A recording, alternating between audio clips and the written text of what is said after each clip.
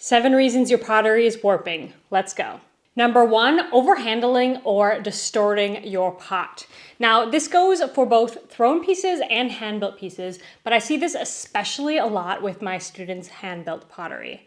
Simply overhandling it. What I mean by that is bending it this way and that while you're working. Basically, what you want to do is get the overall structure of your piece established right away, and then don't manipulate it out of that position. A common example of this is someone will be hand building like a plate, and then they pick it up at its end, completely distorting the plate. That plate is a goner. This is because clay has memory, and without going into the chemistry of it all, it remembers the ways in which it was shaped, especially when it's bent dramatically. So the particles align to accommodate that shape. And when everything tightens up during the fire, it will tend to go back to that bent shape. So how do you move or flip plates without distorting them? First of all, your plate is fine until it's leather hard. Don't try and flip it before then. Then, once it's leather hard, use another board to support the rim and flip. If the middle is sagging down, you can use a cloth or some sponge to support it. Reason number 2 that your pots are warping, the walls are too thin. So whether you're hand building or throwing on the wheel, thinner walls will lead to more warping. This is just because there's not as much structure to hold it in place. So any slight tension will allow that wall to give in to the warp. Thin walls are also much easier to distort when you're working with them. So if you want to throw thin, you can use a bat, for example, or do whatever you need to do to prevent that distortion as you're removing it from the wheel. A little tip that I do sometimes with fiddly pots is I'll lay a piece of newspaper over the rim of the piece as I'm removing it. The newspaper sort of suctions onto the pot to keep the rims round. Learning a new craft is hard. There are so many rules and techniques in every craft that are impossible to know when you're just starting out. That's why it's so special to have access to experts and teachers who share their knowledge. This is where Craftsy comes in, who is the sponsor of today's video. Craftsy is your online resource for all things creative. If you follow me on Instagram, you've seen that I've been doing tons of crochet in the evenings, and Craftsy has been a huge help with that. The other craft that is creeping back into my life right now is quilting. So far, I've just made little things, but I'm gearing up to make a big wall quilt. So I've been watching Beginner Quilting and the Let's Make a Quilt series by Ashley Hugh on Craftsy. I really like these classes because they go more in depth than a tutorial that you would see on YouTube. And there are so many topics to choose from sewing to baking, drawing to jewelry making. And Craftsy has given us an exclusive offer for you guys watching today. The first 1,000 of you to click on the link in the video description will get a full year of premium membership to Craftsy just for $1.49. So go check that out and let's get back to warping. The third thing that is causing your pottery to warp is when you're rolling out slabs. For slab building, you are rolling your clay only in one direction. So when you're rolling out your slabs, make sure that you are flipping and rotating your slab as you roll it out.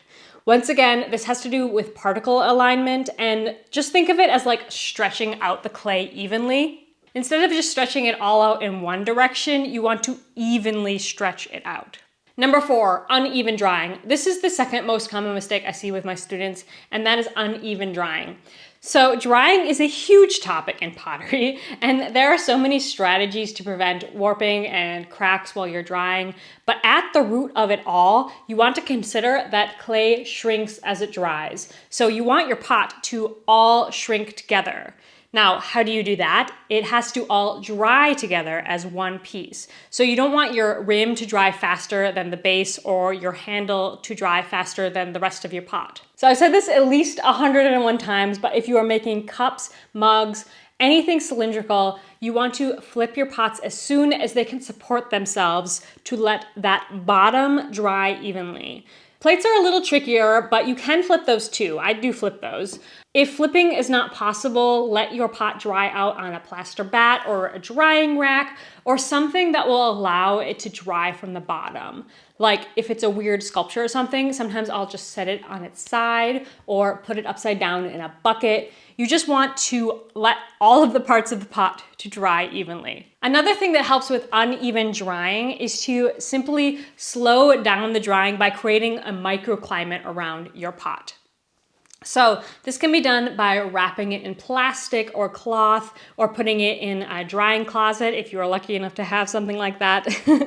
The point of slowing down drying isn't just to slow down the drying. We want to slow down the drying to allow our pot to dry more evenly. Okay, one last note about this topic is to be aware of your studio's climate. So is it humid or dry or like drafty? A pot drying in a dark, humid studio will naturally dry slower and more evenly than a dry, drafty space. Number 5, keep it flat. This is a special little note on flat things because they love to warp on us. I'm talking here specifically about large plates and tiles. Anything big and flat. So for plates, having a curved rim and a foot ring will exponentially help prevent warping. It's just going to add more structural support as well as adding some thickness. For very flat plates or tiles, I would never not dry them under weight. So what I often do for tiles is I'll dry them under boards, and this is really handy because you can even stack them up so they take up less space in your studio. Something else you could do is use a cloth bag filled with rice. This helps weigh the piece down, and the rice also helps to absorb the water. Number 6, this is an easy one. Allow your pot to move when it's drying. So remember, your pot is going to shrink as it's drying, so make sure it can move. A simple solution here, something I always do, is I let it dry on newspaper. Number 7, consider your choice of clay.